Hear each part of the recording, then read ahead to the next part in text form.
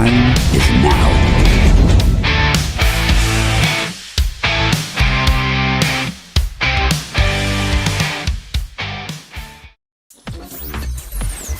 NUFC Undisputed with Chris the American Man and Derek the Mighty Win. NUFC Talk Radio, the voice of the Toon Army. Hello, everyone. Welcome. We are live. Welcome. Transfer deadline. Newcastle United not looking to make any moves as of now, but some other teams are coming for some big names. Some big names linked away from Newcastle. There's an attempt to snatch and rob away our best midfielder we have seen in the last 30-odd years. Sandro Tonali being trying to be courted away by Arsenal. Arsenal won him. Newcastle have quickly rejected any idea, because they got sense, not like the Mighty Win, who thinks that Tonali needs to be sold. And they said, basically, this can't happen. No chance at all. However, earlier today, Florian Plettenberg putting out on social media, Arsenal are exploring a surprising deadline day move for Sandro Tonali. Very difficult at this stage, as Newcastle have rejected an initial approach. And then Keith Downey coming up with some updates saying that Newcastle have had no approach from Arsenal for Sandro, don't expect one, and wouldn't entertain one. Despite a report in Germany, there has been no talks involving the sale of midfielder this window. Clearly, there's two things there. Despite a report in Germany, there has been no talks involving the sale of a midfielder. Of course, there wouldn't be any talks of involving the sale of him, but it doesn't he denies, Keith Downey, but it doesn't mean that it didn't happen, at least an initial approach for Sandro. Many other reporters corroborating this link from Germany. Marino is down. Marino's going to be out for a long time, so they certainly need a replacement, and of course, Tonali would be 3 times the replacement of Marino. 3 Marinos will make half a Tonali. How about that? Anyways, folks, welcome to NUFC Talk. We are live on radio. We are live on YouTube. Don't forget to smash the like button on YouTube. If you're watching there, subscribe to the channel. Become a member for $4.99. Enjoy every single show that we put out on NUFC Talk Radio on the YouTube side of things as well. Watch on demand. Do as you please. When you're a member, you do whatever you want. By the way, we're going to have a town hall this Friday for members. So all our members, we want to include you. We want to talk with you, hear your point of view on everything going on and all changes. So there's going to be a NUFC Talk town hall on Friday at 7 p.m. UK. So join us for that one if you want to have your say on the YouTube side of things. Anyway, we are live now on DAB. Simply, if you are watching, if you're driving, actually, if you're driving, you're not watching. You can't watch if you drive. If you're driving, look for NUFC Talk Radio. We're live 24/7 there. So there you go. Win, how are you, mate? Well as can be expected after the result at the weekend, which wasn't great, as we all know. That's very true. But onwards and upwards, as they say. Yeah. Or sideways, it depends. Or backwards. Sometimes you got to go backwards to go forwards. Yeah, which a lot of people don't realize. As for Tonali being the best midfielder that Newcastle have had in 30 years, and me trying to sell him, both nonsense. I wouldn't even entertain selling Tonali, but I still think Bruno has been the better midfielder for Newcastle in the last 30 years. Tonali may become that, but right now, Bruno is number 1. Dead simple. Yeah, well, I wouldn't Ever expect present, and when he's not there, we can't win. We won plenty of games without Tonali in the side for a season. We've never won a game without Bruno in the side. So there you go. Yeah, this is just the numpty stats that we like to bring out with no context whatsoever. So it's pointless going there. But the world thinks more of Tonali than Bruno. How about that? And that just explains to you what kind of midfielder is. Because that's the world. But they do. Anyways, you can call us now and have your say. 0191-916-8864. Have your say. We already got the first caller of the day, Chris from London. Chris, how are you, mate? Hello, lads. How are you feeling after Saturday's debacle? Vultures picking at old wounds, isn't it? Well, it was a day, wasn't it? It was a day out in Liverpool. Yeah. That's about it. I didn't. The thing is, I can't complain about it because I didn't expect any other result but that. And when you start Gordon and two wingers, and then you put Ramsey and Willock in midfield, which means you're not going to be able to defend against Liverpool, and all those long balls over the middle, you can't. I agree with Wynn at some point that Tonali has lost form, but you can't put it on him. Because a lot of those goals, our fullbacks were so far forward. Who was it? It was Trippier and Malik Chow against Liverpool coming forward. Where was Dan Burn? Well, Dan Burn didn't have a good game. There's Chow didn't either, by the way. But Chow had a worse one. Oh, I can agree with that, Win. I didn't come on to moan. I think I've had enough really this season because I was looking at statistics this morning and it was stating that Newcastle have not won 3 games in a row this season. So that's a proven fact, I'm guessing. But if you add up how many points do you think that Newcastle are going to finish on, the estimated is 45 points. Like average throughout the season, it is looking that Newcastle will not finish on above 50 points. What does that say about our season? Because I'm really worried that a lot of players are going to jump ship because they've had enough. Is it the ideas from the manager that they've had enough of, or is it that they can't be bothered? Well, go on. No, go ahead. It could well be that we'll have certain players there who think that we aren't going forward. It's not the dream that they were sold, etc., etc. So that's many absolutely of them will. possible. Many of them will. The thing is how I don't know about many of them. How many is many? Who are you talking about? Many important ones. Livramento. It could be Tonali. Bruno's not going to have. Livramento, I don't think that's going to happen because from what I saw yesterday, Man City are looking at Javonte Reed.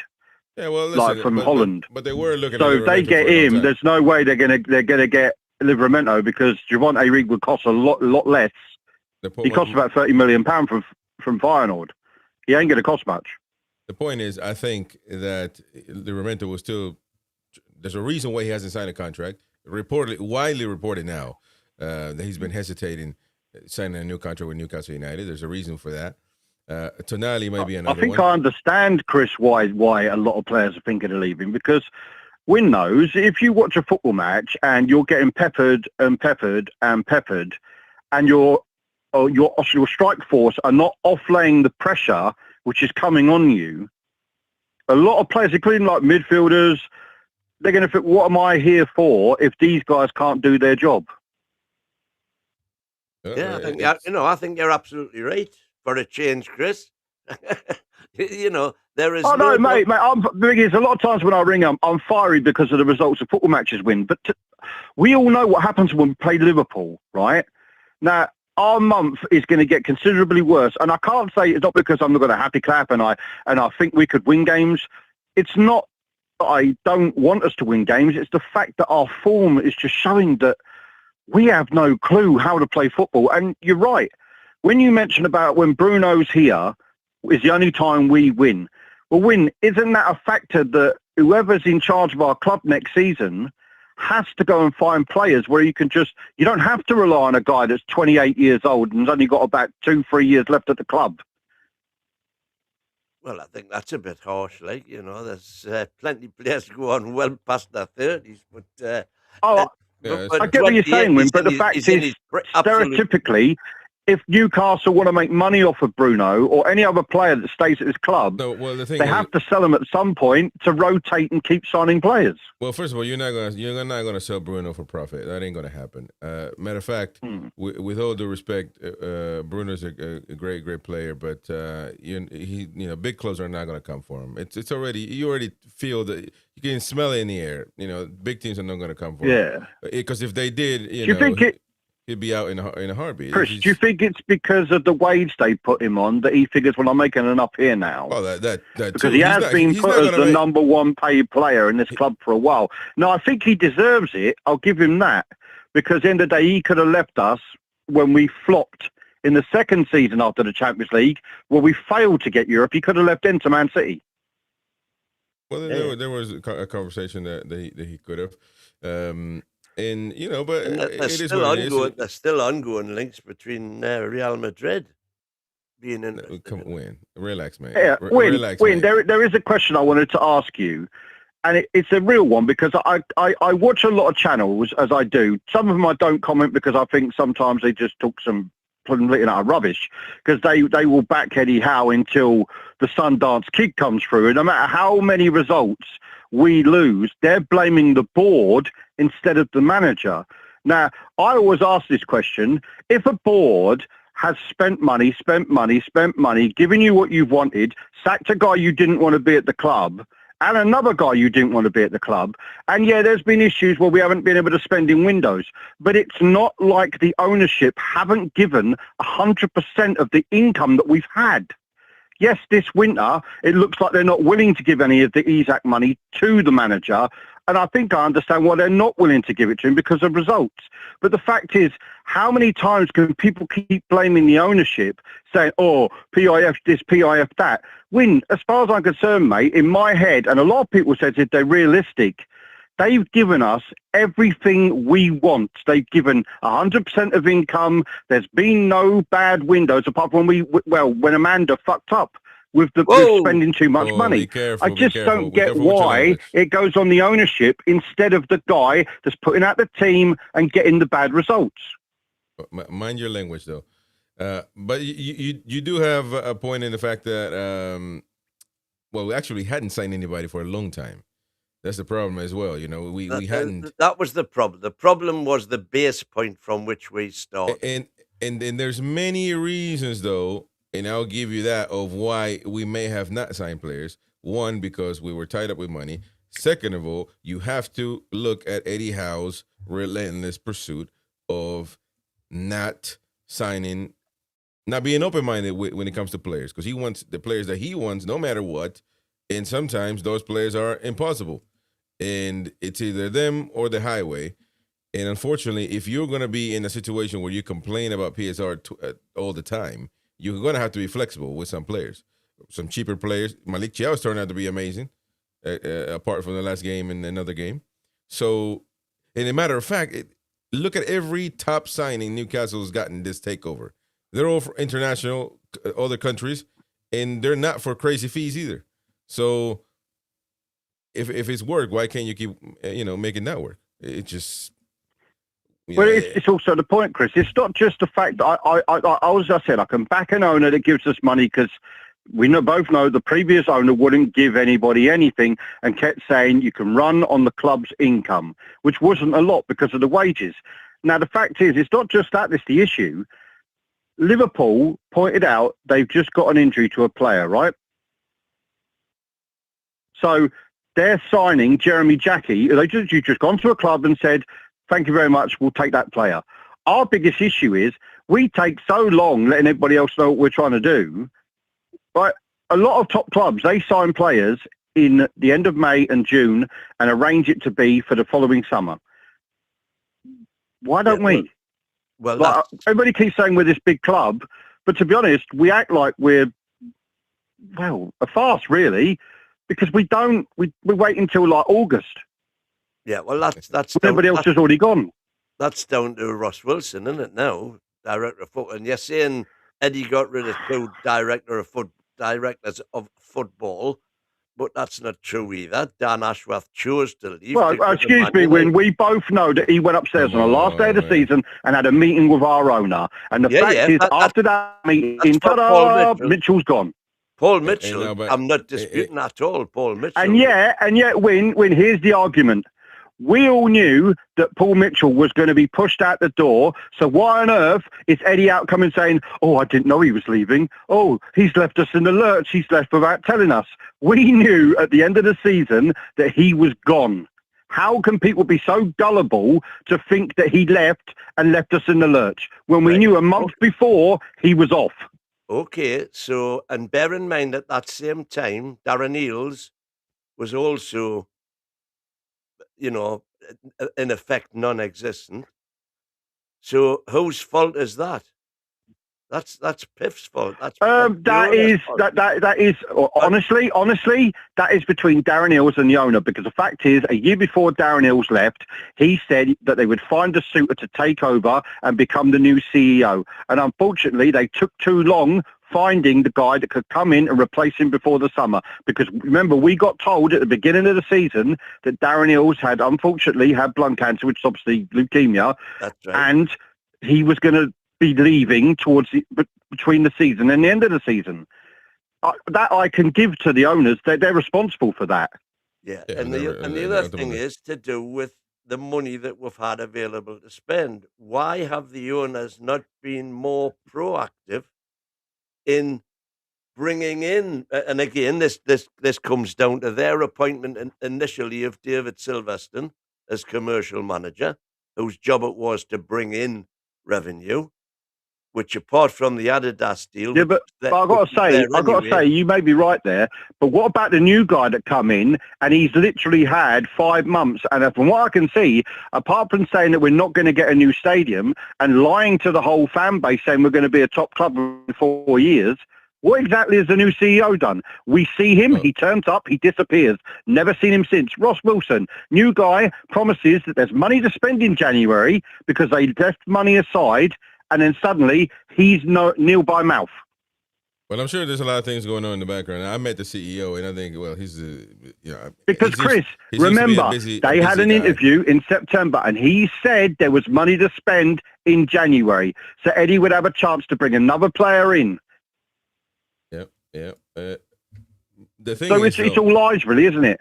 Well, we don't know exactly what's going on. We don't know what's going on in the background because it could be anything. It could be that they got players, but again, Russ Wilson said in a group that I was part of, right there in front of everybody, no signing will come in unless Eddie Howe approves of it. So we can talk about they're not doing their job. The CEO is all of this, all of that. But if the person that approves the players doesn't approve of them, then what are you going to do?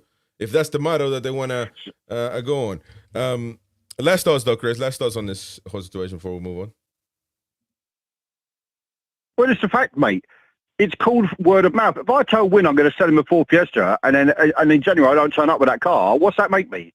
The fact is these guys are the head figures of our football club.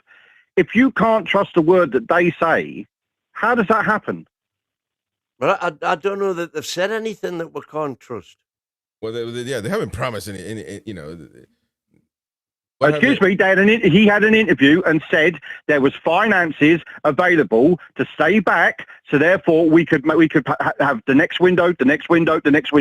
That's what was in his interview. So how's that any different? Well, presumably because the manager has a lot of blame, but the fact is we are the most backwards club when it comes to future-proofing, signing transfers, getting players in that work.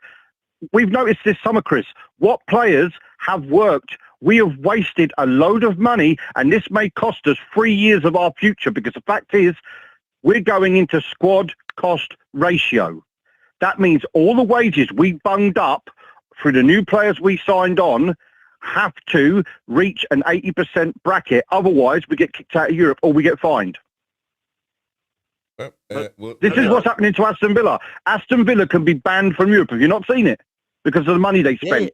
Yeah, but that's because of the money they spent on the wages of the loan signings. Yeah, but they have a 80 million plus income over us. It's on Forbes. They make more money than we do. Exactly. And our wages aren't much different. Right, but how much money, how much revenue the club get is not in Eddie Howe's hands. That's down to PIF, how much revenue we're earning. Yeah, that's fine, but nobody can tell me that we don't have revenue right now to spend. No, we do. The fact is, immunisation means that when you sold Isaac, yes, you can spend 4 times what you've sold over the period of the next 4 years. We sold, how much was it, Win? 130 million plus the money we got for Longstaff. There is money there. Right. But anyways, we gotta go. We gotta go. Thank you very much, Chris. Appreciate you for watching, mate, and having your point across. Of course, very animated as usual, Chris. Telling Mighty Win off, which I love it. Oh, do me a favour, mate. Don't clip me up on one of your videos because I won't be happy. Well, listen, I don't have any control on clipping, man. That's a video editor. They do all of that. And if you call in, unfortunately, that's how it goes, man. If you call in, you put yourself out. No, it's called infringement right, Chris, infringement right. Okay, if you take anything of me and sell it on for yourself, that is infringement right. It's copyright. You go in and try. You need my permission to place it all over the internet. You called here and you gave your permission to be on the show and part of this show. So no, I didn't. You're the one that signed up. I phoned in to have a conversation with you. Well, we are having a conversation, and that conversation can't out there be promoted. So, anyways, see you then. See you later, mate. Have a good day. Bye-bye. That's Chris from London then. Call us now and have your say, folks. 0191-916-8864. Just a general statement there. If you're calling in the show, expect it's all. That's it. It's out there in the ether. Yeah. So exactly, man. What are you on about? Anyways, but you can try your luck if you want to. That's all right. Let's go with some Premier League results of the weekend, ladies and gents. We got other people calling, of course. Richie, they're calling us. Give me a second, Richie. Meanwhile, we do a rundown on the Premier League results. Leeds United losing 4-0 to Arsenal. That was a result for Arsenal, expected to be fair, but Leeds just turned over on that one. Bournemouth 2-0, a victory over Wolves. Brighton drawing 1-1 with Everton. Chelsea beats West Ham United with a red card, West Ham, 3-2. That was a fiery game, if you will, right before our game, Liverpool-Newcastle. Of course, that was not a good one. 4-1. A good one for West Ham, 2-up. No, that's true, and there was a fight at the end. Aston Villa, Brentford, 1-0 to Brentford, beating the mighty, powerful Villa. See, everybody can stumble once upon a time throughout the season. It can happen. By the way, Brentford with a red card, that's insane. But it doesn't have to happen every single time this season, which it seems to have happened to us many times. Man United beats Fulham 3-2. Forest with a lot of red cards going on this week, man.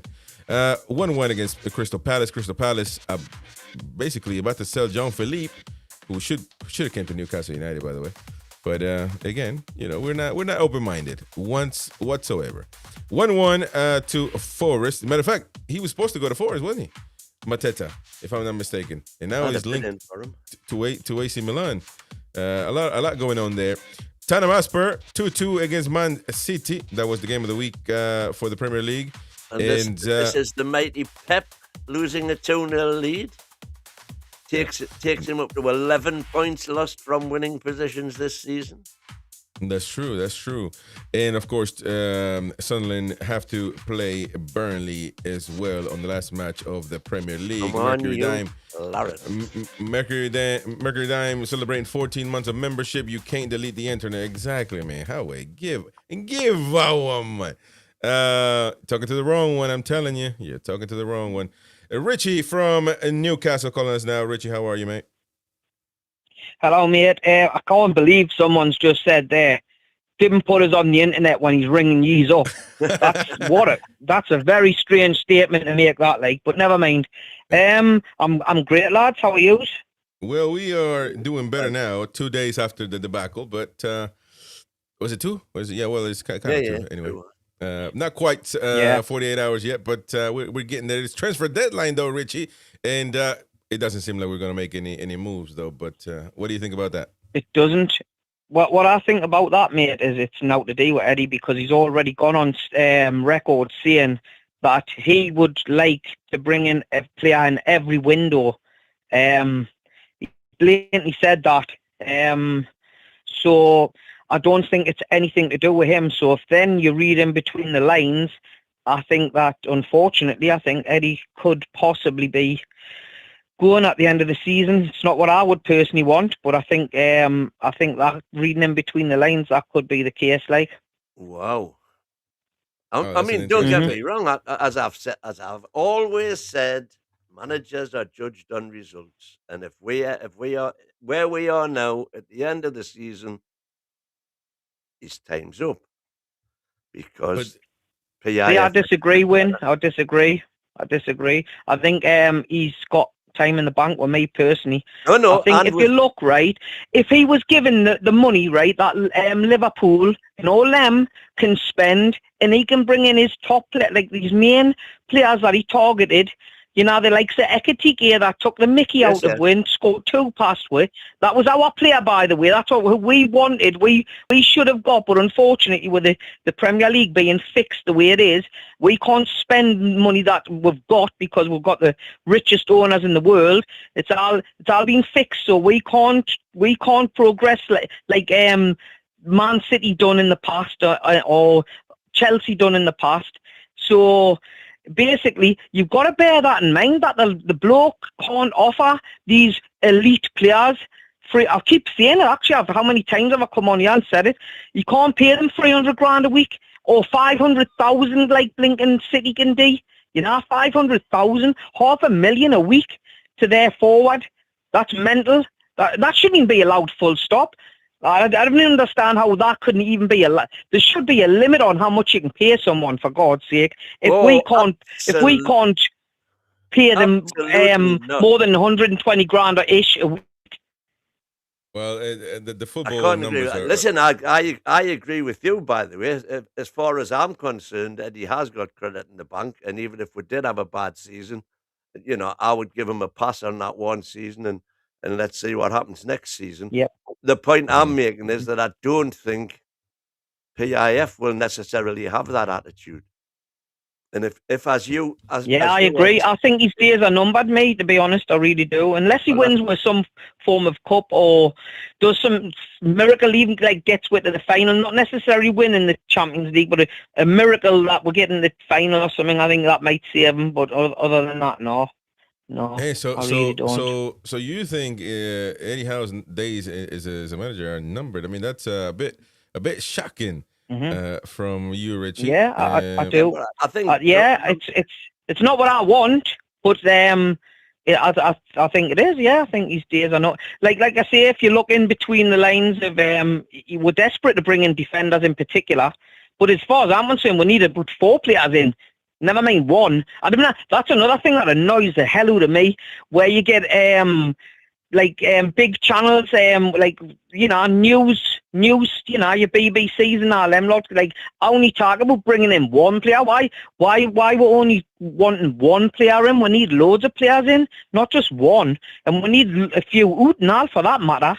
You know, so we're just, like the last caller said, we didn't act fast enough, and I don't know who's to blame for that. I don't myself. I don't know. Yeah, you're basing your assumption that Eddie could be gone in the summer on the fact that you're working on the assumption that they haven't given him any money in January because they don't trust him with it, or words to that effect. I don't necessarily think that's the case. I think he's probably... that there is money there for him to spend if he wants to. But I think it's Eddie thinking, well, the players that are out there are no better than what we've got that we can get for... Well, that could be the case. No, to be fair. Win. No. Come on, man. You can't say stuff like that, man. You can't say about the players if Eddie Howe believes that the players out there that are no better than what we have, there's something genuinely wrong with this guy, man. Come on, man. Don't do this to Eddie Howe, man. Because now you're going to have the bedwetters come out of the woodwork against Eddie Howe, and you don't have to do that. Eddie Howe has to be smarter than that. There's plenty of Fratesi going to Forest. I'm sorry. How many midfielders better than Fratesi do we have? Not Willock. Yeah. Not, Ramsey is all right, but not better than Fratesi. So come on, Wayne. Take that back. Right now, come on. It is very frustrating, like that. We'll wait so long to do any movement of any kind. You know, look how many windows. Exclude the last window where we did bring in a few players along and so on. But before that, it was donkeys before we start bringing any players in. You know, like it's not right, man. Something's not right. Like, who's to blame for this? That needs to be pinpointed and sorted out, because we can't go on like this, like where the players are slowly aging and he's not giving the youth a chance neither. So, I just don't understand, what they expect when they're keeping the same players, and he's only using around about, I watched some blogger talk about, give or take, it's about 18 players or something that he uses. He's got an 18-man squad. We need more than an 18-man squad, so get rid of the others then. Do you know what I mean? Like, get rid of them. If that's all he's using, the 18, get rid of the rest of them and bring in better that he's not prepared to use now. If that makes sense. So who would you be getting rid of now? Well, Lascelles obviously. Has Lascelles gone? Has he gone? Well, no, Lascelles is gone. He is. That's the part of the breaking news that he has gone. That we can share here because Lascelles would be gone. Trips would be gone. I would get rid of Trips right now. Can you?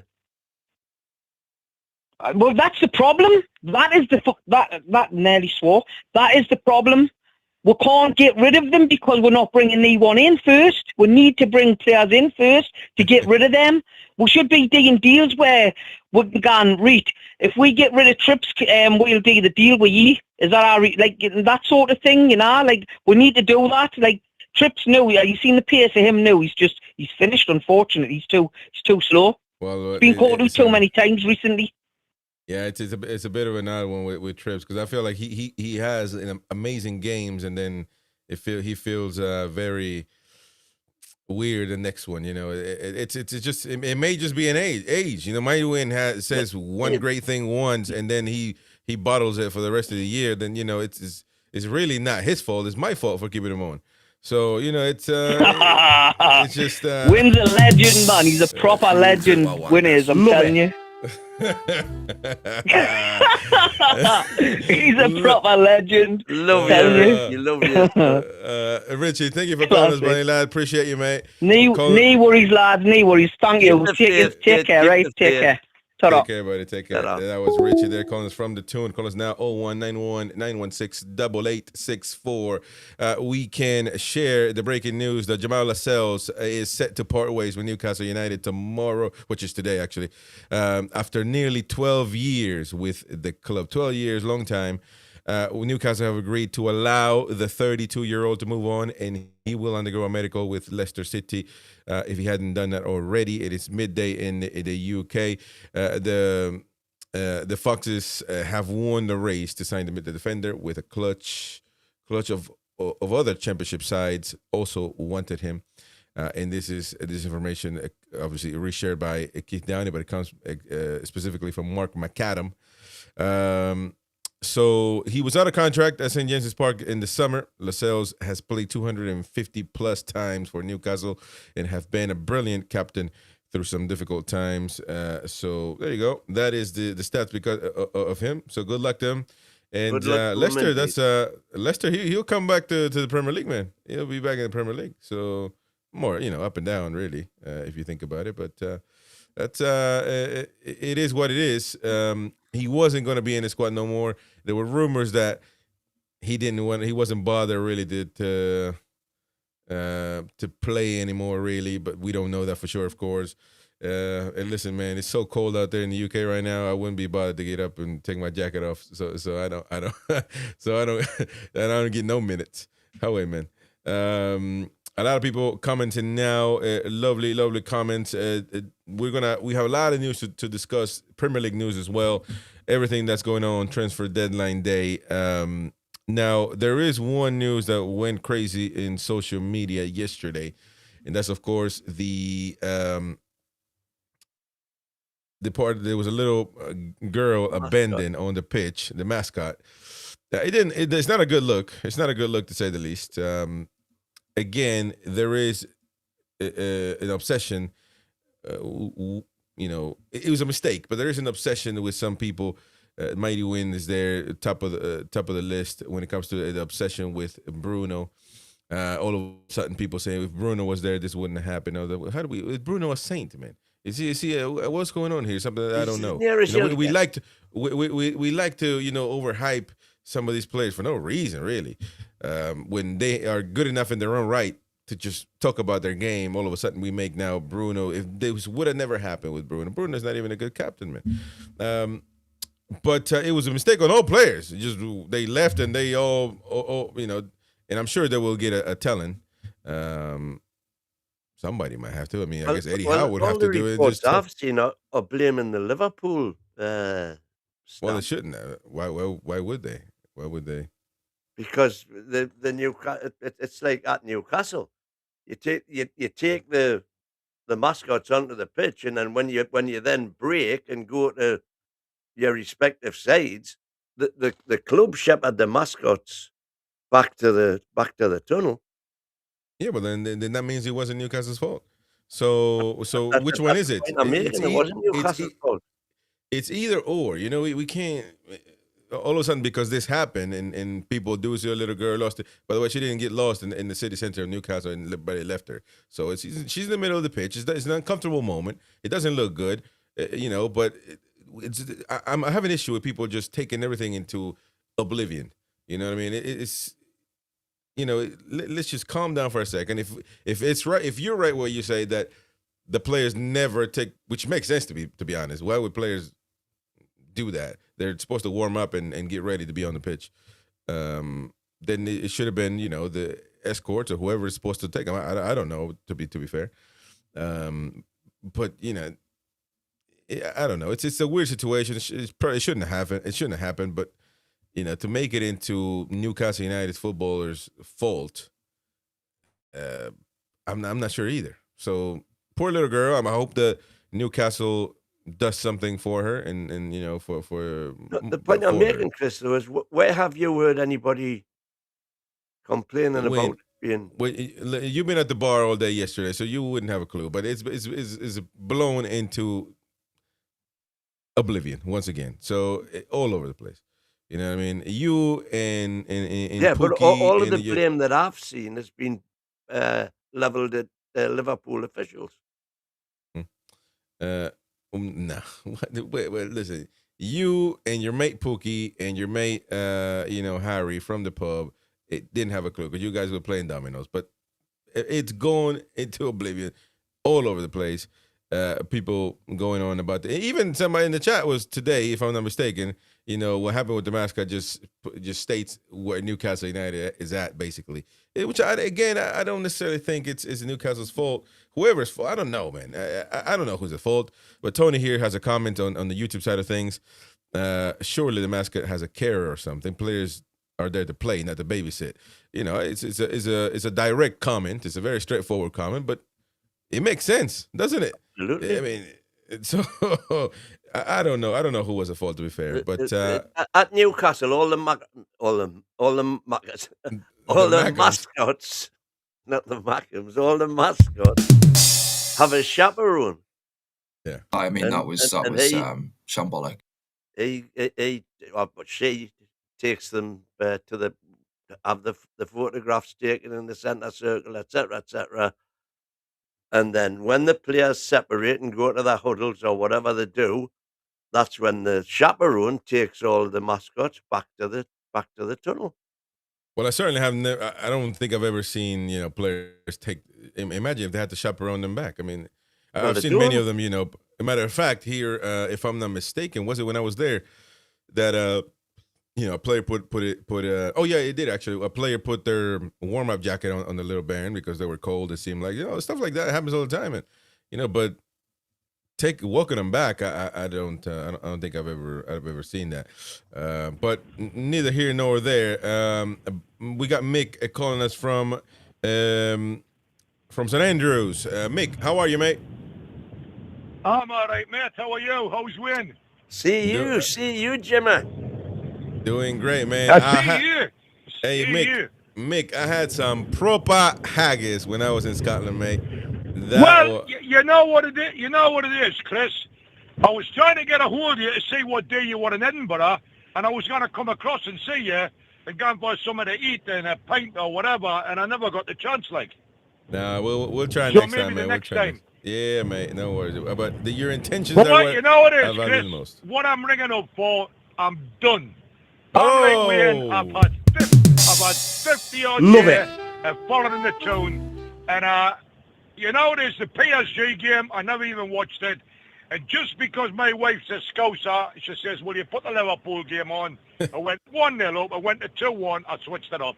And I'm not watching them again as long as he's in charge. Because, to be quite honest, I'd give him his chance, and I don't think the bloke's got a clue. I really don't. What kind of lineup was that he put out on Saturday? I do not know. I really don't know. That is you are upset, Mick. Savage, Mick. Savage. Yeah, you are knackered at the moment. I am. I'm done. I'm done watching them because it's the same. It's like everybody else is, Chris. You watch that, it's dull, boring football. And then he waits till the 60th, 70th minute. He puts subs on 1 for 1. It's horrendous. It's gone back like the Brucey days. So hang on a minute though, Mick. You're saying you've been watching them for 50 years? Yeah? Plus! 50 plus! 50 plus. So let's go to, shall we say, Bill McGarry's era? Are you telling me you didn't see a lot worse then? Probably I. But the thing is, are you telling me you didn't see a lot worse than that Aussie dealers? Well, I did. But what I'm trying to say, Wayne, right? And you're still here. How? I'm still here, yeah, because I'm a Geordie. I'm born and bred. Just because I live in Scotland, that doesn't mean Jack. You know what I mean? At the end of the day, I'm supporting Newcastle, and I used to go on with my uncle when I was like 6, 7 years old. Stan, what used to put us on the pylons, on the old Lees's end, whatever. I've been there. I've done all that way, but let's face it, right? Any manager in the Premier League to do what he's done this season would be out of a job. I don't know how he's still got a job. Well, he's still got a job because he's in the semi-final of the Carabao Cup. He's in the last 16 of the Champions League. Nah. 3 points, 6 points off Champions League. And we've just qualified 2 out of 4 seasons for the Champions League and won our first trophy in 70 years. That's what he's in the job. Right, okay. Well, you're out your mind, man. Football this season, it's horrendous, man. It's absolutely... It's like watching the championship side, man. And most of the lads that ring in here are saying the same thing. What do? You can play against PSG and have a great game, and then you got to Liverpool, have a great kind of first half, 2 goals going, that's it. Bang, bang. And then you've got the rat there laughing his little head off. About getting through that TV, I'd like to know what I've done to him. Well, TV certainly knew what they were doing. You're not alone there, by the way. Wayne, when he was there, not Nekatiki, and Nekatiki is taking the mick, and you're thinking, hold on, man. We tried to sign you 3 times. You want to go to Liverpool, fine. There you go. But they would take the mick and David do it that way, you know what I mean? But it's just, honestly, it's just watching it. Like the Man City game coming up, right? And I know we're going to get pumped up them, right? There's no way we're going to score 3 goals to win that game. So 2-0 is good win on penalty. Aston Villa. Aston Villa. Pick with backsides at St James's Park. We're going there in the FA Cup. Do you think you're going to get something there? I don't think so, No, well... So what's you got left? And to be quite honest, I think we'll finish about 8th or 9th in the Premier League. That's it. That is it. You're not going to qualify for a Champions League spot. I don't think so. My personal opinion. And he's not going to win any of the cups. In the Champions League, well, you get through the next 16, and depends what happens then. I don't know. Yeah. I'm just fed up of it. Fed up of watching this. Chris, Wayne, you're like me. You've been following the Toon a long time. You must be disheartened. No, he's having a good time, man. Don't worry about that. He's having a good time. He's not bothered about what happened. I'm having one of the best times as a Newcastle United supporter that I've had for 60 odd years. No. That's poor. That's really poor from him. Yeah. Oh, wait. No way. No, but well, I listen, wish I could say the same. You gotta be critical or be objective, at least, if you don't want to be critical of what's going on. It's so up and down that it's weird, man. One game is great, like PSG, we're okay, and then the next one is so bad. So it's weird, hard to describe it, to be honest, Mick. We had a caller in the couple of weeks ago. We had a caller in a couple of weeks ago, Gary, and he said, you know, he's given up trying to understand it because he cannot understand, and neither can I. How we can play as well one week and then fool the following week. Unbelievable. I think it's a mental thing with the players. You know when Chris knows Gordon is not a number 9, yeah? He scored a great goal. He's not a number 9, right? Why have we got 2 strikers sitting on a bench that he paid 100 million quid for and playing Gordon out of position? I don't get it like. I don't get it like. Well, that's the thing where, you know, it's it cannot comprehend. I mean, it's just, no matter how you look at it, even if it's resting, you got 3 on the bench, and again, Gordon. You've got young Asulo on the bench. Well, Asulo, what's the problem with him? Yeah. Get a lad a chance. Get a boy a chance. And you know what it is? If I was them young lads that's on the bench, week in, week out, the young lads there, they never even get a look in. Don't they, you know, they must be sitting there thinking, well, hold on. Why am I on the bench? Why can't I get a look in? He doesn't give the youth a chance. He doesn't say, you know what, Neve, I'm going to stick you on there and you are going on there. But he'll not. He'll not do it. And I don't know. If I was on the bench, them young lads, what they're turning up, they're just sitting there getting involved and watching the game. Give the lads a chance. Oh, you got a good point there. Mick, cheers. Thank you for calling us, mate. Top lad as usual. Next time we got a guy for some proper haggis, man. Which that was unbelievable, by the way. But well, Dave, mate. Go on, listen, lads. I'll let you get on and keep the good work up, and I'll speak to you soon. Thank you, buddy. Okay. See you. Have a Yes, good one. Mick. Have a good day, Mick. There you go. The max member ballot is now open for Manchester United. Manchester United, not City. Manchester United.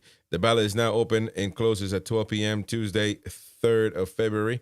So keep an eye on that if you need to go, if you need to sign up for some tickets. Successful members will receive the ballot results by 11:30 a.m. Wednesday, February 4th. Seat selection, 12 p.m. Wednesday, 4th of February, 12 p.m. Friday, 6th of February. So unsuccessful members will get an email and tell you to try again. So there you go. And Karabakh. There you go. I haven't got an email with Karabakh yet, but you got? Did you get an email for that?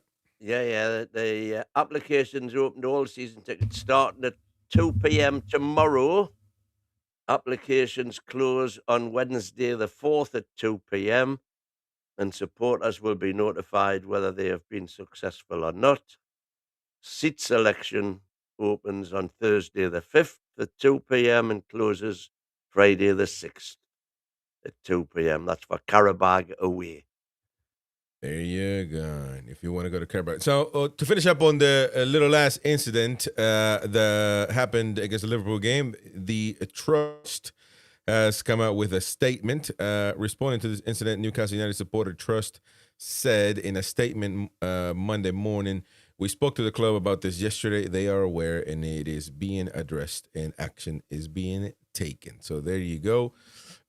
Follow more on what the club's response will be. I'm not 100% sure on what they can do, to be honest. But if it is the club's fault, well, I mean, to be fair, it would be the club's fault, though. It's not Liverpool's fault because these mascots are brought by the club. So maybe the fault will fall on them.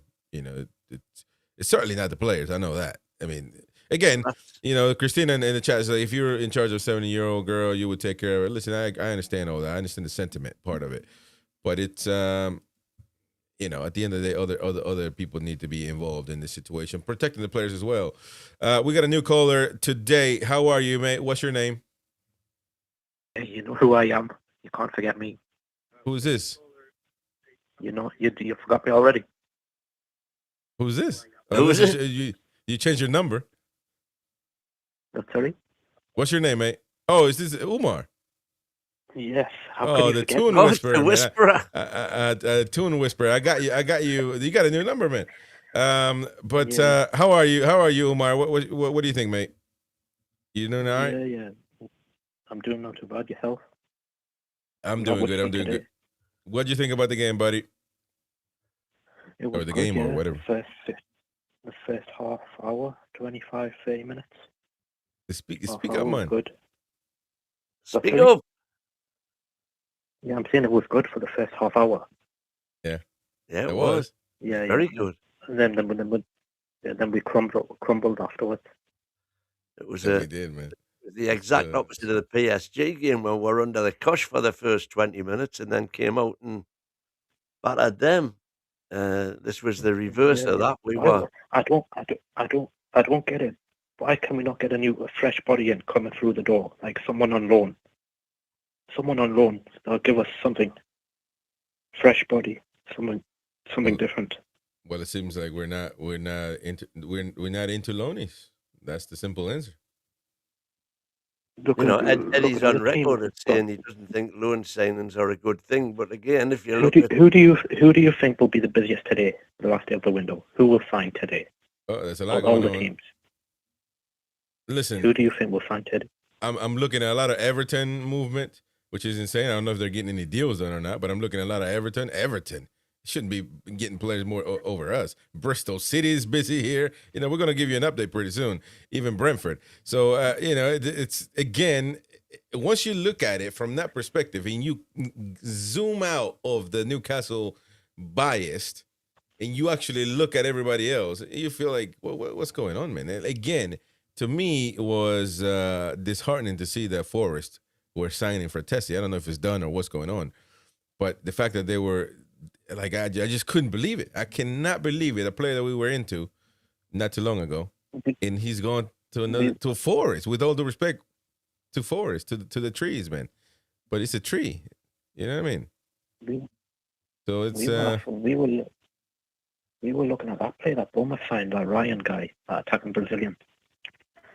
Yeah, that's true, Ryan. Yeah, that's right. He's going to Bournemouth. I mean, you think he would have come to Newcastle? You think he would have? Maybe he would have come to Newcastle, but he would have. How good is he?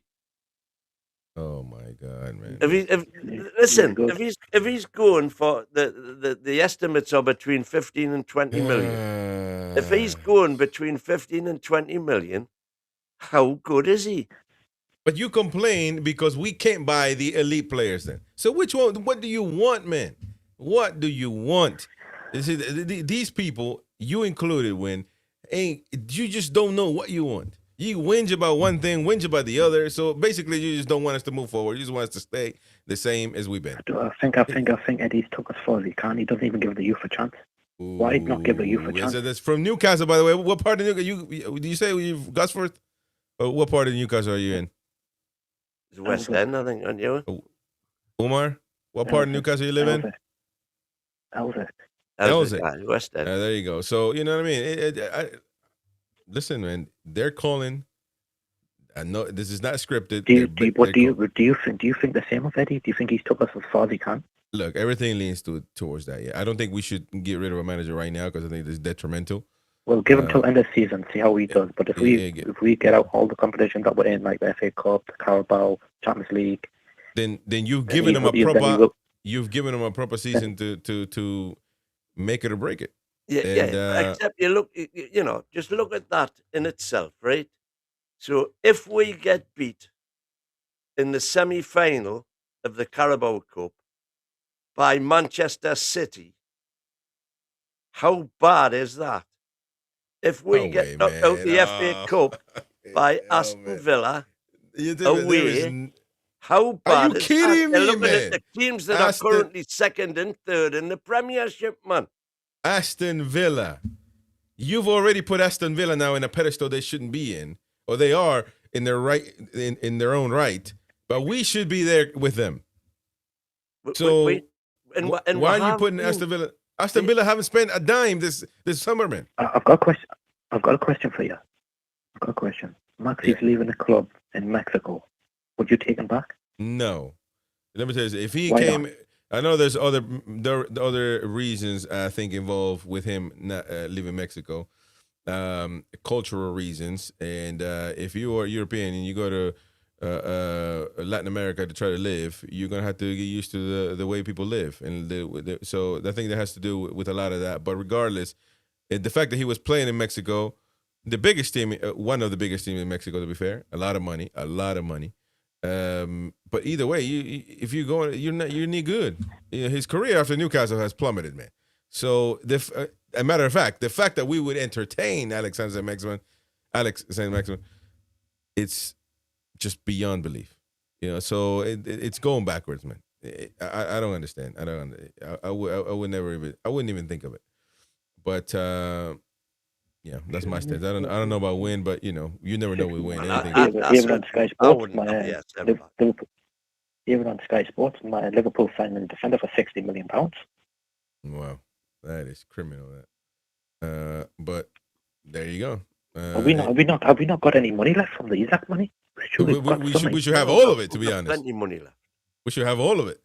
Because what we spend is not Isak's money. Why we're not spending it? Here's the thing for people, which is just some basic knowledge on economics. Basic, like 1 + 1 2. That money that we receive from Isak hasn't even been touched yet. We spend our own money on the players that we bought. So there's plenty of money. And if you amortize it, there's triple the amount of money if you think about it. So there's not having money situation. But you know what? Let's say we don't have a dime. Let's say we are knackered like Mighty Win's account after buying me a pint. Yeah. Then you are not open to loanies. You're not open to, cheaper players from abroad. You're not open to it. So that means you just are not happy with anything.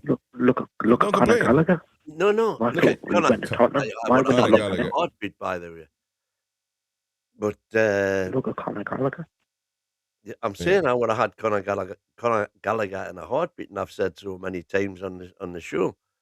When it was apparent that he was available, I would definitely have had him. But in the chat there, Gay was 30 million, and Liverpool have just signed a £60 million defender.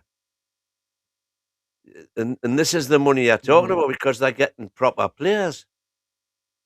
You don't get proper players for 15 or 20 million. You might unearn. No, that's not true either. That's not true either, man. Wake up. This is if you go and buy young players from abroad once again, like all these top teams do, you are going to strike gold, man. You are. No. First of all, we don't. First of all, we no. First of all, we don't even do it. So how would you know if it works or not? We don't ever do it. We don't even do it once, twice. We never done it. So I don't understand it. How can you say it doesn't work when we don't even do it? Well, show me where it has worked. It works all. What are you on about, man? Well, come on. You're saying it works all the time. So buying South American players or from other continents don't work. It's been working for the last 30 years. So what are you on about then? How much are you paying for them? He's got no club. There's many cheap players that you can go out there and get, man. Anyway, Umar, thank you for calling us, buddy. Appreciate the Tuna Whisper out there. We had to turn our volume all the way up, by the way. That's criminal, man. Speak up, man. Anyways, Umar, thank you all the way from Elsik, West End of the Tune. I spoke up loud and clear today. Yeah, you said the way you're going down again, buddy. Yourself, pal. There you go. Yeah, you're loud and clear to yourself. Cheers, Umar. Thank you for calling us, buddy. See you later, kid. Okay. See you, buddy. Take care. That was Umar there in the Who's. Jordy Dan with the super chat. If Tonali happens, keep 24/7 watch on Ward Chris. Listen, I'm just saying, man. It would be the dumbest club in the history of football to let Tonali go. But hey, listen. I'm going to be positive. I need to be a little more positive. So I don't think. Matter of fact, any report is saying that Newcastle are not even entertained, and they have basically shut that down. So we are a smart club as of now. Thankfully, we're not. And thankfully, the CEO Hopkinson, we've run by him, proper businessman, as opposed to the Mighty Win, who's not good. What's going on in the Premier League, ladies and gents? You are listening to NUFC Talk Radio live on YouTube, on DAB, on your smart speaker, and maybe on the app at some point. You never know. But we are live, ladies and gents. Don't forget to subscribe, smash the like button, and help the channel out. We got 30 minutes left of the show. After this, check out the Jack Cunningham show on here as well. Right after this, a transfer deadline special, but we'll update you on what's going on with the Premier League right now. Ivan Toney confident to gain England place without move. Ivan Toney feels he's in the right place to earn a place in for the World Cup. He was linked with. He chooses Saudi Arabia over Juventus. Wow. That's interesting. Watford close to agreeing a deal for Ekwa. They're close to agreeing a deal for Saint Etienne defensive midfielder Pierre Ekwa. So there you go. Watford making moves. Let's see what else is going on here in the Prem. Stoke City set to sign Chelsea teenager Ampa. There you go. Even Stoke City makes some moves. Mighty win. You jealous? O'Connor, Liverpool learned their lesson from Gehi. They were knackered over Gehi, didn't they? I mean, Gehi did Liverpool, unbelievable, man. And Man City is the biggest winner on this particular one because they're just knackering players left and right. Spurs not likely to look to the loan market either. So there you go. You criticize Eddie Howe, you must criticize Spurs as well. They're not looking into that. Although Spurs 14th, I think the last time I looked, we're going to, let me see what the Premier League positions are right now. Still 14th. Man, that is shocking from Tottenham Hotspur this season. More moves here. Ruben Kluivert, the son of Ward Kluivert, I believe if I'm not mistaken, among Palace targets. But again, Crystal Palace will not panic to buy anybody. They're looking at other options as well. Man United's window-by-window approach is midfielder Baliba is on their eyesight, as well as Elliot Anderson, Adam Wharton, Joao Gomez, all in the mix-up. Will Anderson come to the tune? We don't know. However, Genoa trying to sign Patterson from Everton. Genoa even Genoa in Italy making moves in that Newcastle. It is unbelievable. Tony, we'll get to you in a minute, mate. Bristol City pushing hard to sign Slovenia international Sturm Graz midfielder Tommy Horbart. Whatever his name is. Whatever his mama named him, that's what I said. Anyways, those are the latest. Let's see. Ooh, could Juve swoop for Mateta if Milan deal falls through, says Sky Sports. Can't even. I've been crying for months, man. John Philippe, we need to get him. Right? But no, we're too good for him. We're not interested. But Juventus is. But Milan is. You see what I'm saying? That's the problem that we get ourselves into. We're not in the mix. Right there. We're not in the mix. Tony calling us from England, of course. Tony, how are you, mate? Warrington, isn't it, Tony? From what? Listen, the safe zone is England, and we're good. Anyway, Tony, how are you, buddy? Yeah, hunky-dory. As usual, with you. Queenie on the chat says, don't rate Mateta. Do you rate Mateta, man? We should have gone Mateta, shouldn't we? I'll be honest, I was gonna say, just as I come on, everyone's saying about we should have bought someone in January. Is there a point with Eddie Howe when it takes him 6 months to bed them in? By the time the season will be over. Oh man, what is up with all the negative callers today, man? It's unbelievable. But listen, you got your opinion. Freedom of speech reigns on this. What do we buy? 6 players in the summer. How many of them have actually bedded in? You could argue Chow. Anyone else? On the subject of Chow, when we signed him, there was no weeping and wailing from any of the Milan fans. Who he's got mistakes in him. That's exactly what they said at the time. They said he's their Titus Bramble. That he can look like a world beater, but he drops a bollock every game, and that bollock normally costs a goal. And we've seen... Is Bollico's case a safe for you on the radio these days? I think that's safe enough.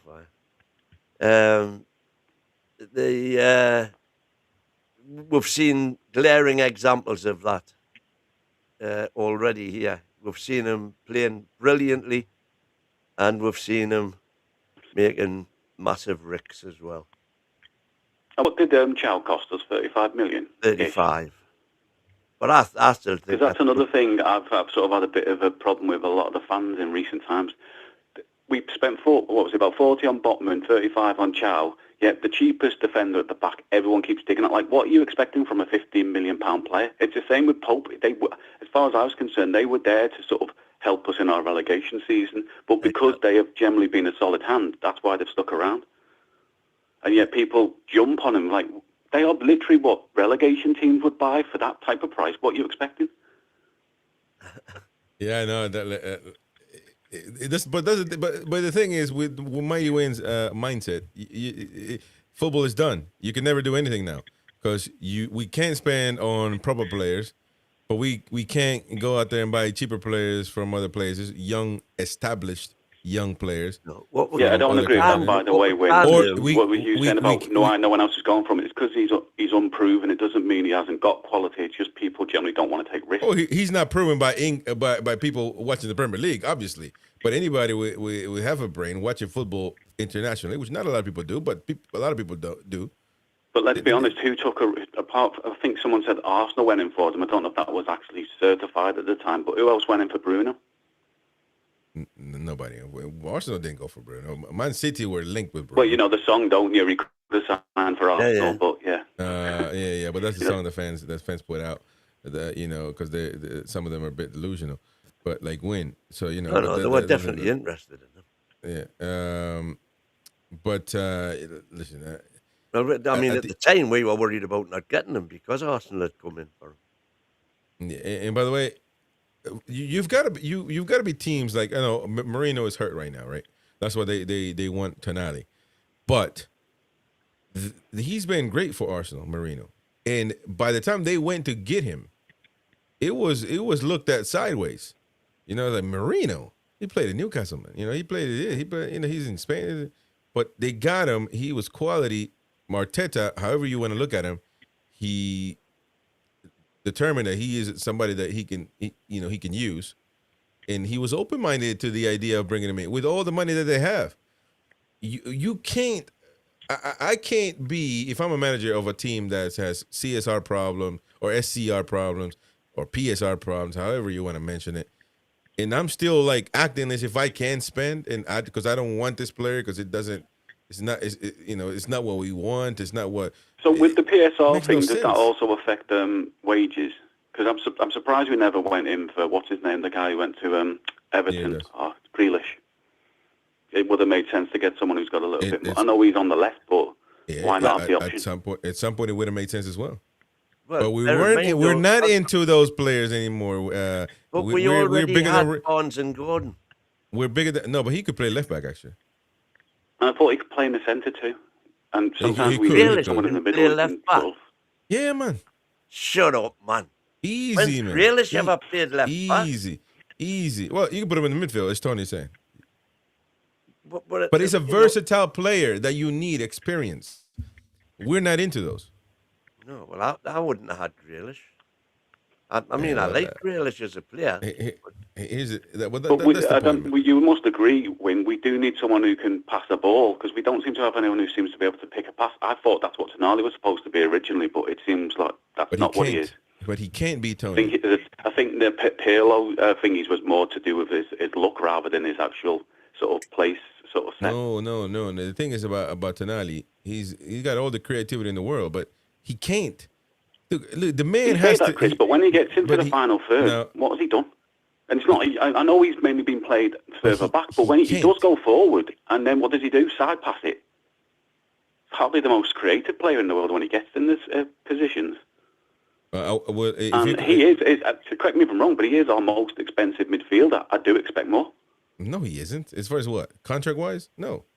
No, like how much we paid for him. Was it 55 million, man? More expensive. He's worth $100 million. We got him on a 50% discount, man. Yes, so he's our most expensive midfielder. So don't you expect our most expensive midfielder to be the best player in the midfield? Listen, all I'm saying with that particular case, you in that sense you're comparing him to the other midfielders that we have. Bruno can be loose and be more creative because that's exactly what the purpose of it is. I'm not just talking about creatively. No. I'm just talking overall. Well, but that is the thing. He can't be overall more creative than others because he has a job to do in the back. You misunderstand. I mean, overall, like, because, like, you know what, like when Joe Linton isn't scoring in one of his better seasons, like the 22-23 season, he was getting back and helping defend and breaking up the play. Now he's not doing that as much recently, but you know, at the time, I mean, there's a reason everyone was saying last year our midfield was the best.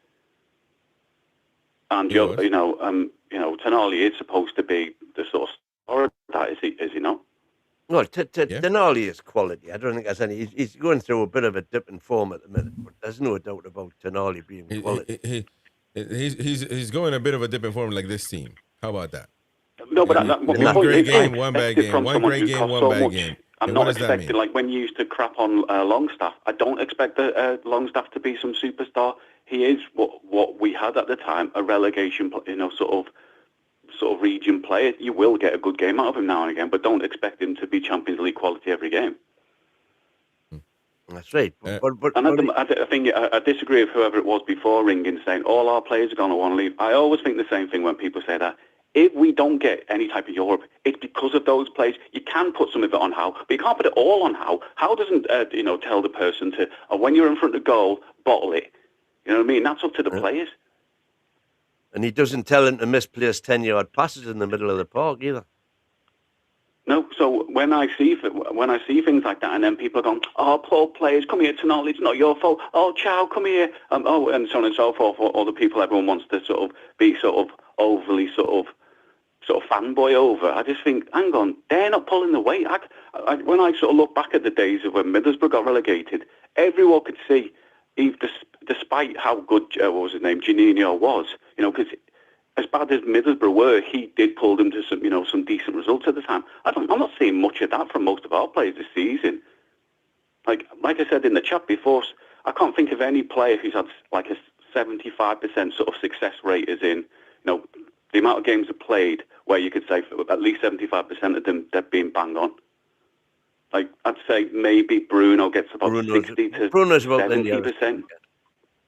And Lewis Hall, to be fair.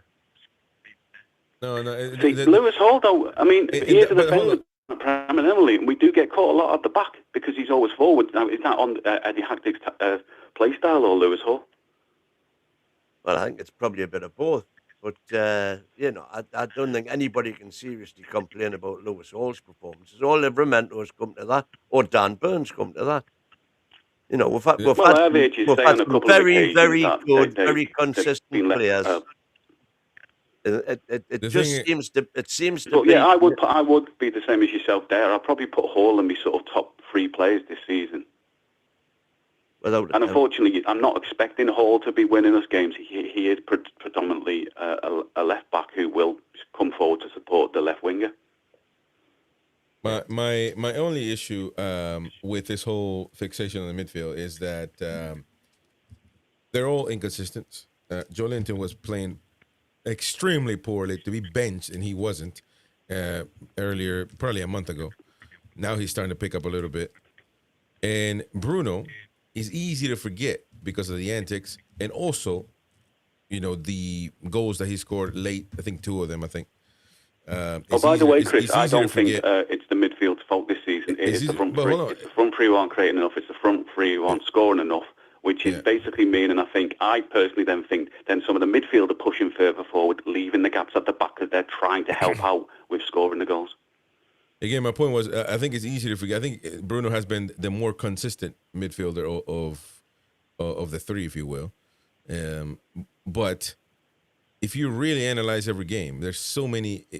To me, to a point, it was Bruno had a great game and a bad one, and it was so inconsistent until he's won us a game once, I think, and then he did it again a couple of weeks later, And so it's easy to forget, but you can't if you're analyzing this whole season. So this whole team has been inconsistent. A lot to blame on the players, a lot to blame on in-game management. And that's where we are right now. And when you're inconsistent, when you have one great game and one bad game, that's it. You're mid-table. Really. I mean, again, and unfortunately, I think that's where we're going to finish.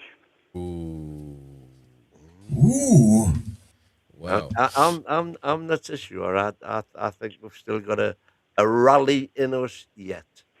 And it's insane because if you moved your thingy further back, when are you saying if we're not within 3 points within May, then I'm not happy? Or have you sort of got that out? Well, no, but I was proven to be correct. In fact, we were Champions League. I said end of January we'll be in a Champions League position, and for about 5 minutes we were. I'm in the out now. If you look at the league table when we were 1-0 up, we were in Champions League. That's how consistent you've been. That's how consistent. I'm in the out now. Tony, thank you for calling us, man. Appreciate you very much indeed. Thanks a lot. You don't mind us clip? You don't mind us clipping you, do you? Are you gonna sue us over? Okay, never mind. It depends what you put up with me. You know, I might be a bit upset if you use me hunky dory as one of your catchphrases. I'll have to, get me lawyers involved. I'm hunky dory because we lost against Liverpool. Ooh, man, that's gonna be lovely. Anyways, Tony, love it. Cheers, mate. All right, bye. See you, Tony. Anyways, folks, have your say. Call us now, 0191-916-8864. I'll tell you what we can do. Let's go with some of the chats. Meanwhile, see what's going on at their battle blogs. There's no way we sell Tonali this summer, this transfer, maybe in the summer. Well, no. To be fair, Newcastle have been sensible. It seems like from every outlet reporting, they've said no. There's no chance whatsoever of us selling Sandro Tonali. I do believe there has been an approach by Arsenal, clearly denied by some reporters. But, maybe that's what they use. The club is denying it. There's nothing going on here, so they're going to deny it on their end. But there might have been a clear approach and say, look, is he available? And obviously the club's going to say no. There's no conversations to have. Much similar to the Isak one, but we know how that went. Proves that we're wangers. Anyway. Gavin Fowler, Chow needs to rest. Hall is being run into the ground as well. Those are some. Now you got Byrne now, and you got Botman. Again, Botman, this happened, the exact same thing happened last time where we didn't know what happened. It was a minor thing. He's just resting. No, it's a minor knock, and then he was gone for like 2 months. So, again, happening with Botman. So, if you got to be objective here, you got to be objective. I'm not. He might be back the next game. He might be back against Man City, and maybe, again, Eddie Howe wins final bullet with Eddie Howe's lineup this against Liverpool is because he believes that he's rested. We're gonna have to play with two center forwards against Man City and maybe Botman. And that's why that might explain his reasoning for the lineup on Saturday. But if we don't see Botman, then it starts to become like, what's happening here? Because he's not staying fit. So we're going to have to take a look at that one, obviously, when it comes to... That's been Botman's problem since just after the first season. Since he got his first bad injury, and he played on through it because he wanted to, which was, 2020 hindsight, terrible decision. Should have went for the up then, and then it would have been all behind him, hopefully. But there's a lot of players, historically, who, once they've had a bad injury, never recover the form that they had before that injury. Joe Willock's another one. From when he got his first bad injury, he's never been the same player since, really, and keeps on getting injured again and injured again. Is Joey Linton going to be the same? It's, because he keeps on going down with different things. So you could argue they're not related, but is it because you compensate, the sports analysts will tell you that you compensate for one thing by putting extra stress on another part of your body, so then that gets injured. And so the whole thing just keeps on escalating. Yeah, And, it's you know, and the injuries we've had this season tend to suggest that for all Steve Bunce looked as though he was doing a stellar job when he first came in terms of stopping getting injuries, now we're getting them again, and he's there. Nah, I mean, first of all, he's no magician. Second of all, what injuries, man? Again, you're exaggerating all these injuries that we're getting. We're getting injuries just like any other team, man. Just like any other team. We're top of the league again for injuries. And who's injured, Win? Who's injured? Livramento? Right now. Yeah. Shea, Livramento. Hall's on and off. Botman. That's a whole Botman we don't know yet. Botman we don't know. Hall is fit, man. Tripp is fit. No, he is now, but he hasn't been. Yeah, but that's what I'm saying. It happens. They rotate. It just happens. You know, you basically want a team that never gets hurt. That's not going to happen. That's not going to happen, man. So I think right now you're just trying to get me going. So stop working your ticket. All right, stop working your ticket, baby. Go to the Granger Market and get your cards. I got my Jordy House. Jordy gives in the Granger Market. Stop being a proper worky ticket. So, and of course, as usual, you're 70 older, but still 90 bloody wiser. And pet at the end. Sorry about that. By the way, American English, the proper English, you call me a pet. That would mean like you calling me an animal. So maybe we need to have a word. But anyway, happy birthday. But I wouldn't be calling you a pet. Pet's reserved for female. Happy birthday, though. There you go. Go get your stuff in the Granger Market. Jordy Gifts. Anyway, so let's go. Let's do a bit of a rundown of the Premier League standings, ladies and gents. Arsenal above them all, 53 points for the Gunners. And then you got Man City looking at their tail, chasing their tail, if you will, like a cop in a traffic light. 47 points, second in the Premier League. Aston Villa having the season of their lives with 46 points. Man United back at fourth, 41 points.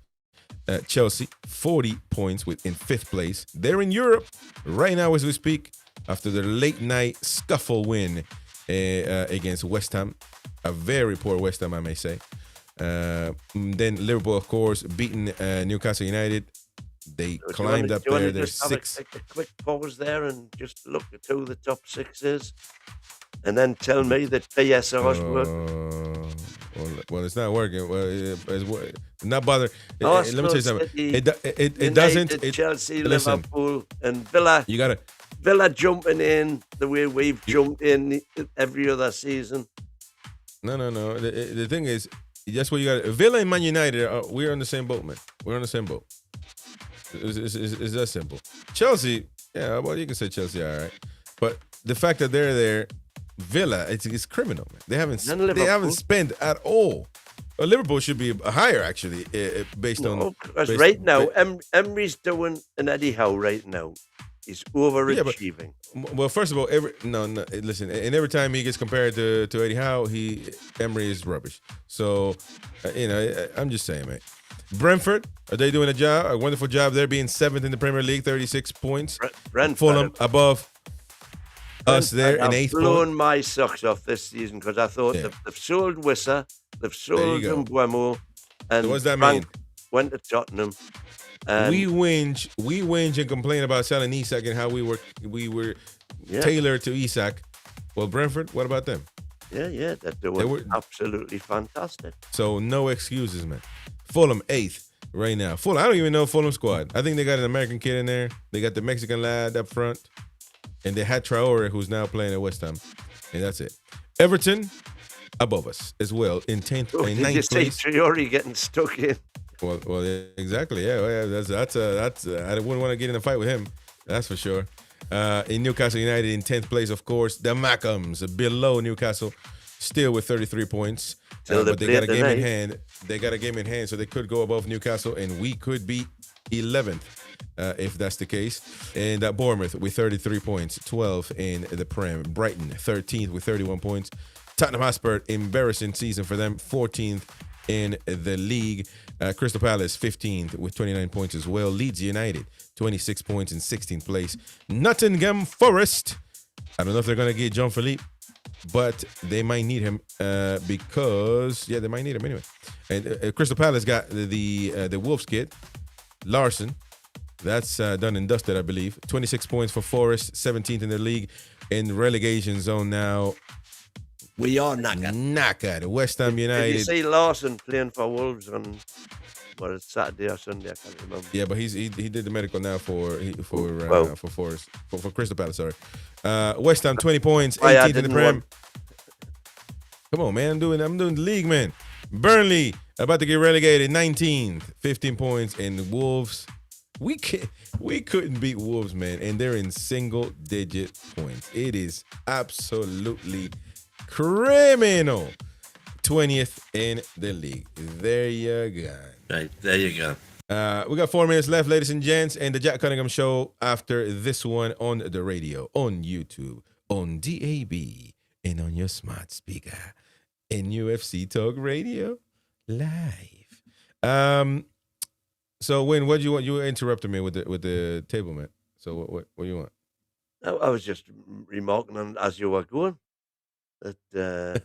Why not, guys? Yes, in Crystal Palace, they've just signed Strand Larson, who I didn't want to be anywhere near. And if you saw his performance at the weekend, you would know why. So I'm surprised that didn't put Crystal Palace off. But they've gone in. But they're going to sell Jean-Philippe, and so I mean, they're 15. Well, and this is it. So they had to get somebody. It's a bit like the position we were in at the last minute with Isaac in the summer, is it not? They've had to go and get somebody. He's not going to do anything for them. But no, you don't know that. Get somebody. Yeah, but you got to look at their levels. Crystal Palace 15th, man. What do you want him to get? They're not going to. The season. They're not going to go out there and get a top striker. The top striker won't go to Crystal Palace. So it's again you. Tony T there. Super chat. Yes, Tony. Next time I call, should I attempt a Geordie accent? Well, that would be fun. Well, that would be lovely. Do that from the get-go and see if you can do it. Do it, Tony. Thank you very much, mate. Thank you for that. Let's admit, says Kim Cam, the owners are not doing a good job. I'll get chicken and a cow can do a Scouse accent. Damn, Ben. when they were going on about the final, all I heard was Dan Ben. But Kim Cam there. Kim Cam, by the way. Let's admit it. The owners are not doing a good job. We keep asking more questions. Well, there is not one.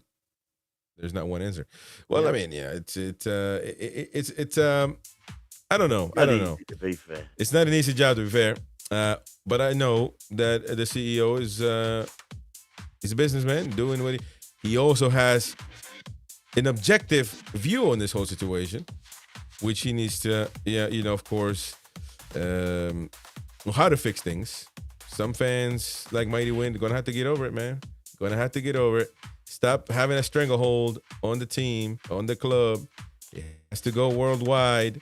You have to have more American mags, have to have more international mags, and we're going to have proper money then to spend. And that's, I'm telling you, the only thing that's going to help us. I can't talk too much on conversations privately, but I know that, that he's a businessman, and Win is going to have to get over himself. That's all I got to say. Anyway, Jordy says Gary's Jordy accent is really good. There you go. Listen, coming up next, we got to go. The Jack Cunningham Show. You should be redirected. We'll see you on the next one, folks. How way the lads.